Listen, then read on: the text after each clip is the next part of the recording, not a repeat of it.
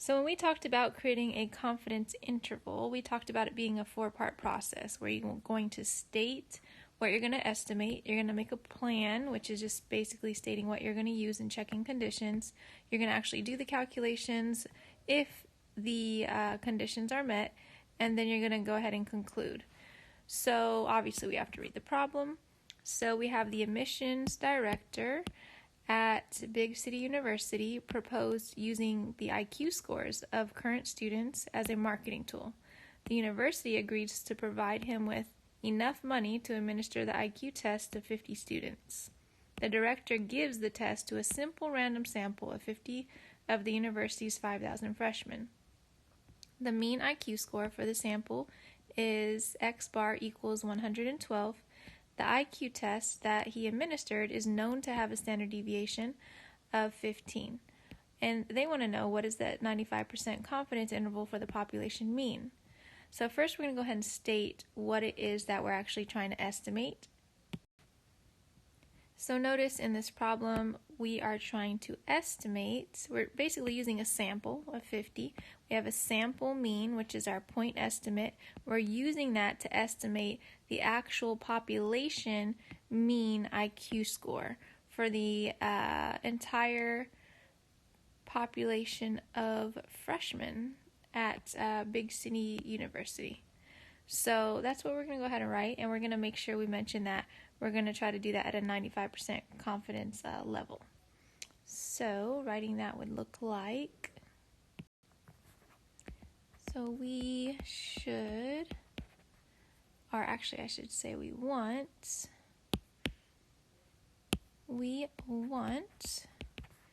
to estimate the true mean. So we're trying to estimate the true population mean. You could put population mean if you like. IQ score, which we're going to go ahead and define our variable here as mu, of all freshman students, or all current freshman students.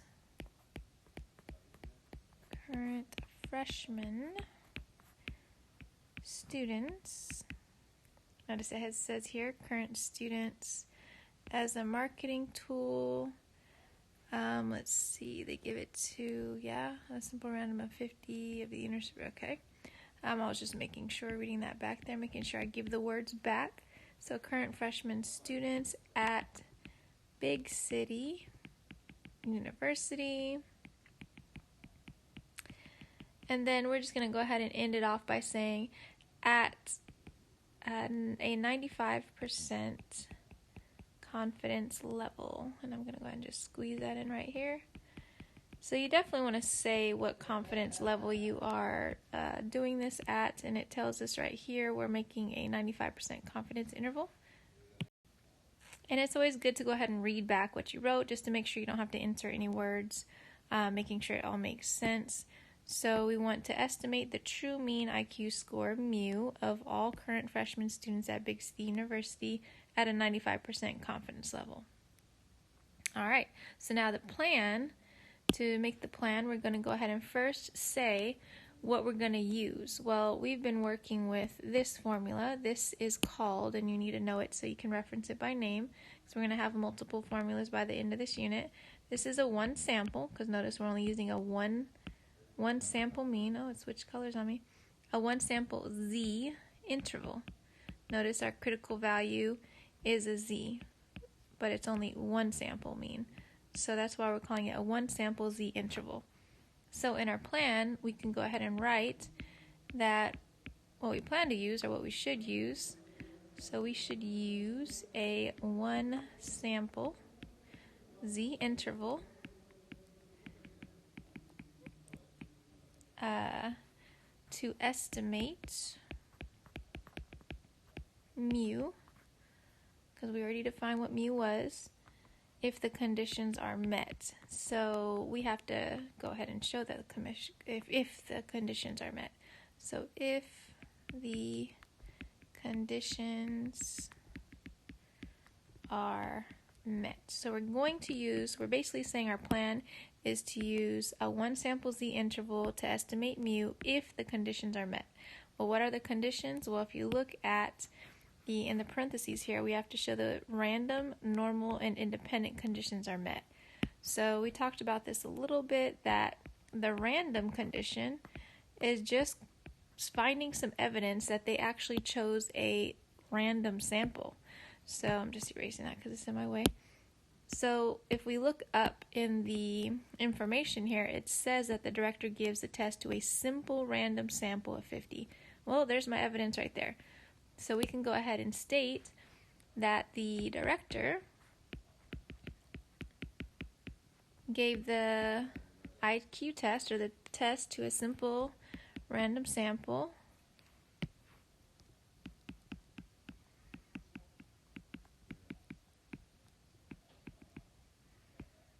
so a simple random sample of 50 of the universities. I'm just giving the words exactly how they gave it to me. A simple random sample of 50 of the university's 5,000 freshmen. 50 of the universities, 5,000 freshmen. So that lets us know, hey, we have the random condition met because they told us they did a random sample. So that's how you see whether or not the random conditions met, whether or not they did a random sample. Now to check for normal condition, the normal condition, we've done that last unit. Remember, if you're dealing with means, and notice our formula is dealing with the sample mean, we are going to check to see if our sample size is greater than or equal to 30. So remember, that's how you check if it's normal when you're dealing with means. If you're dealing with proportions, remember, it's a different check for normality. But we already see that our sample size is greater than 30, greater than or equal to 30, so now we just have to state that. So for the normal condition, we could just say that the sample size,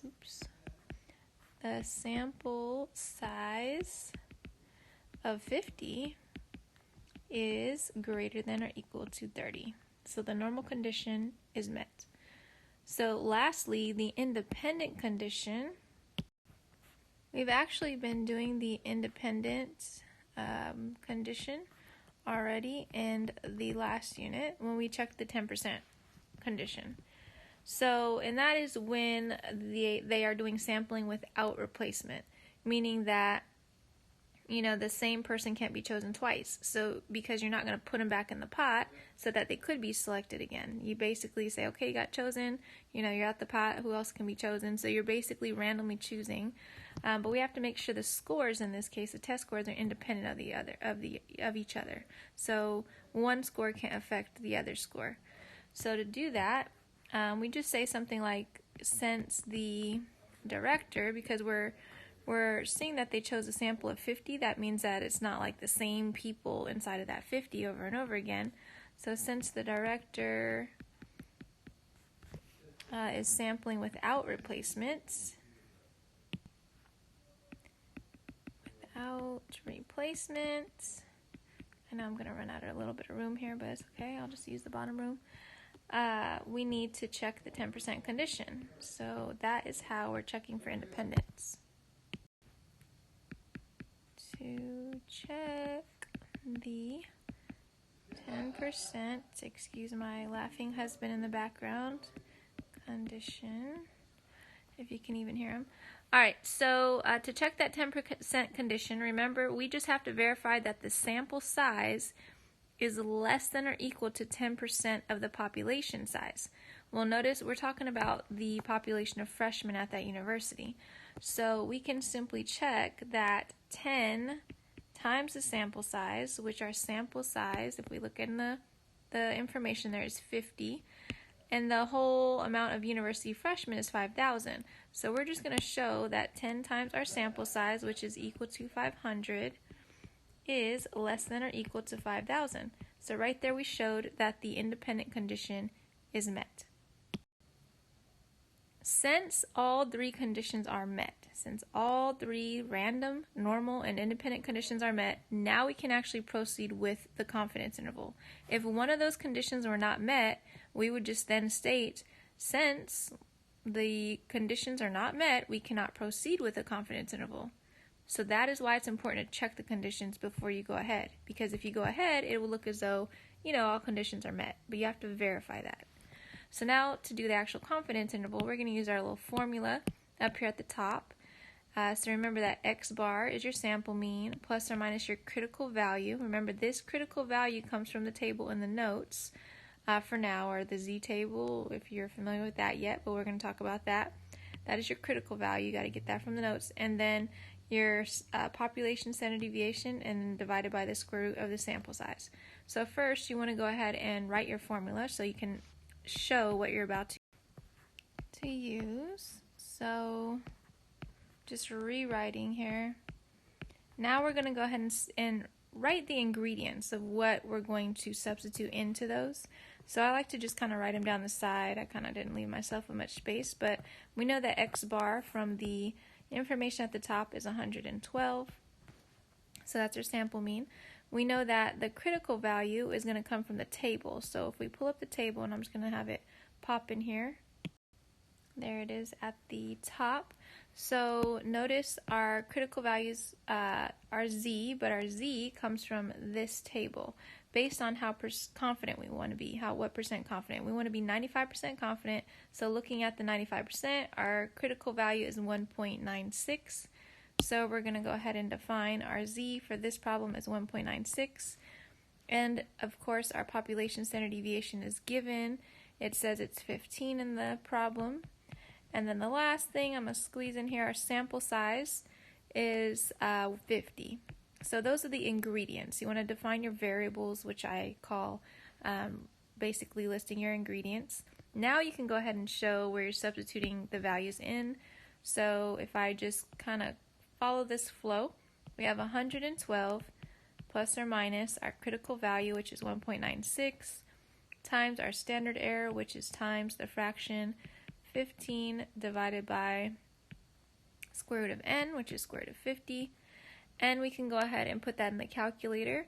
Remember to do the minus first because you want the smaller side of the confidence interval first, or the lower bound, we can call it. You want that first. So if you pause, calculate that in the calculator by doing 112 minus 1.96.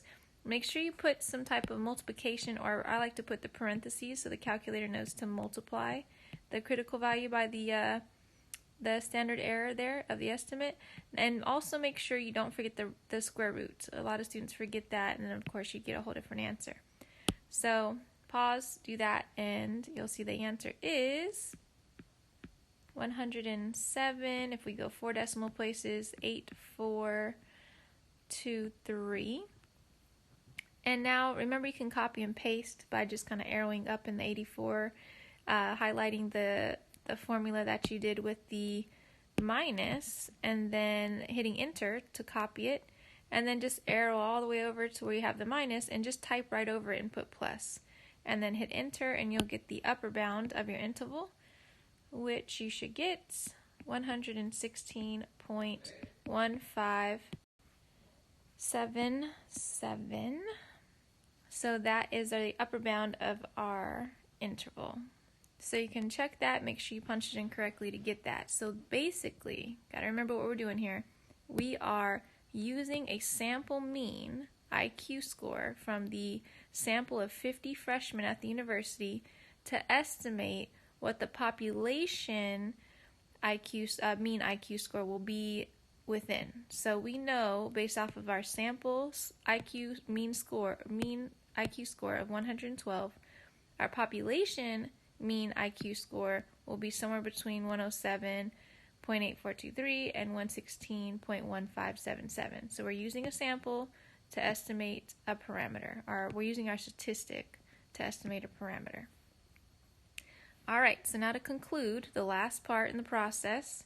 So we did the state, we did the plan, we did the do by doing the calculations, and last thing is we're going to conclude by going ahead and interpreting our results. So we just need to write a sentence by basically saying what we found, and you can always start the sentence off something like, we are 95% confident because you want to include what kind of confidence interval you just created. So we are 95% confident that the interval from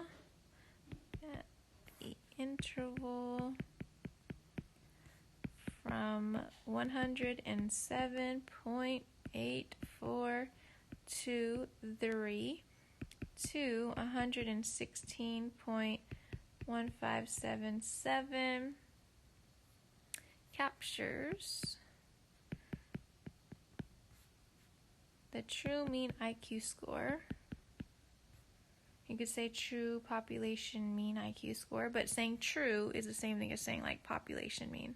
So the true mean IQ score, make sure you say for who, the true mean IQ score of all freshmen. Let's see if I can fit this in here without it flipping pages. So of all freshmen at Big City University. Ooh, that is not how you spell university. University. There we go. Okay, so I'm just going to read it back. Like I said, that's what I do to make sure it flows and I'm not missing a word.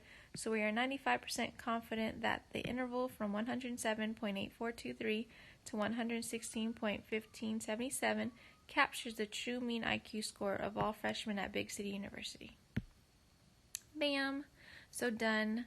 So remember, state, plan, do, and conclude. And you do, want to make sure you get the flow of these. So doing practice over and over will help. So that is the first problem from the notes. So if you try the second problem from the notes, you can actually pause this and try it. Just make sure you remember the process. The state, plan, do, and conclude.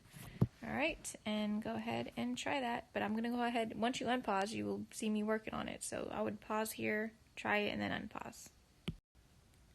So if you tried the problem, hopefully you stated what you wanted to estimate. So I just put we want to estimate the true mean number of chips, mu, in a 18-ounce bag of Chips Ahoy cookies at 95% confidence level. And then when you started to write your plan at least, you should have put something like we should use a 1 sample z interval to estimate mu if the conditions are satisfied. And so as you begin to check those conditions, I should say, you should notice the first thing here is that if you look for any type of evidence that it was a random sample, it just says that they did a study by sampling 42 bags from 275 cents by the company. It doesn't go on anywhere to say, or it doesn't say there, that they collected a random sample, a simple random sample. So at that point, the conditions are not met. So you would just want to say something like, it's not stated.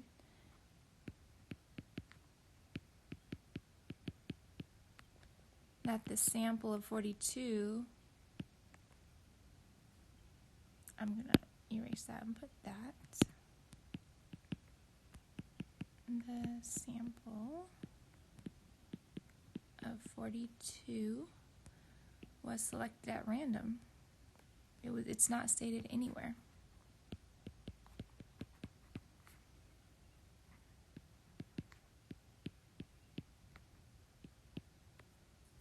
So something on those lines, you could just kind of at somewhere just end off by saying because the conditions weren't met, we can't proceed with calculating the confidence interval. So the minute a condition isn't met, you can't really proceed. So you're just saying that. You're saying because the conditions were not met, so we cannot proceed with the confidence interval.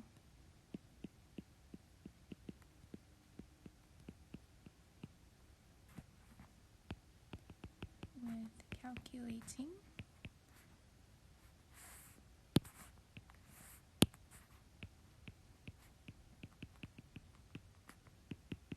the confidence interval.